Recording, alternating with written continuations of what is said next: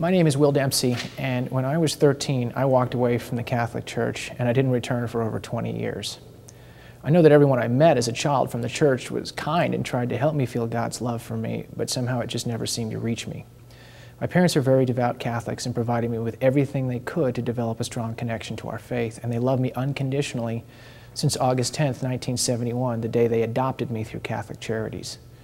So there wasn't any good reason for me to leave the church other than defiance, but at the time, defiance was all the reason I needed. Even though I had parents who nurtured me, I felt different and separate from others. It didn't make any sense, but I felt that other people were better than me, and I dealt with these insecurities by acting in very disruptive ways.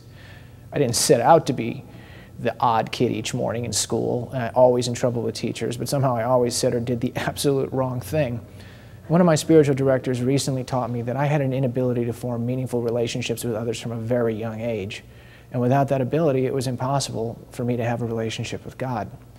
Today, I know that my connection to a God is a direct result of my ability to love others. But as a child, this was completely lost on me. I was so caught up in my own emotional pain that I had no ability to think or how my behavior affected others. And that behavior came with a very high price. Unfortunately, defiance never served me well, and during my teens and 20s, I found very self-destructive ways to take the edge off of my emotional pain. I know today that my increasingly wild behavior was a desperate attempt to find a substitute for a relationship with God.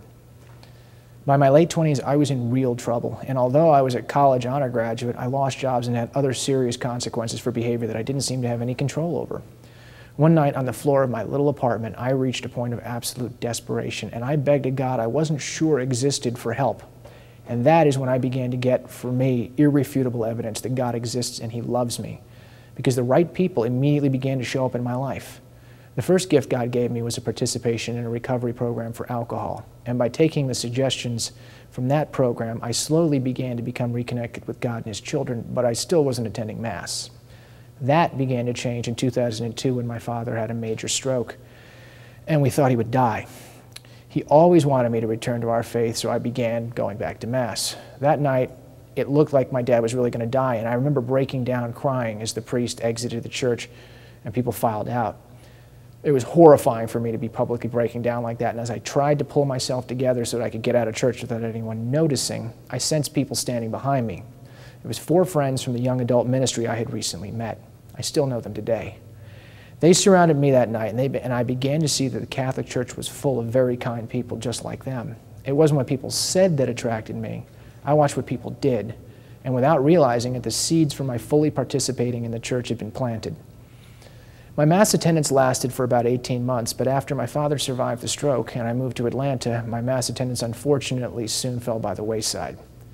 3 years later, I was heartbroken on a Sunday when I knew a romantic relationship was over. And I went to Mass for the first time in years that night, and as I wallowed in my own misery, I suddenly realized that every time my life seemed to fall apart, I showed up at Mass. And I thought, why do I keep coming here? I spoke with the pastor who asked me if I ever thought of fully joining the church. He said that since I had made all of my sacraments in grade school except confirmation, I could be confirmed the next Easter.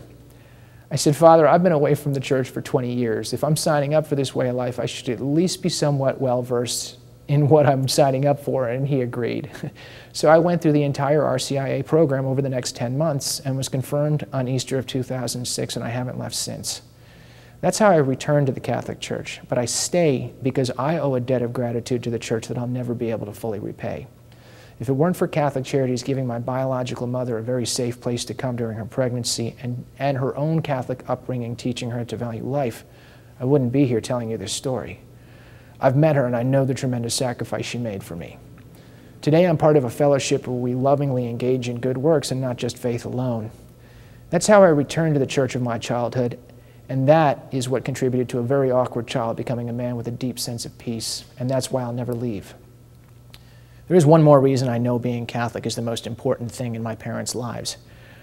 I can offer my participation in my faith as a constant gift to them for giving me the foundation to return to our home in the Catholic Church.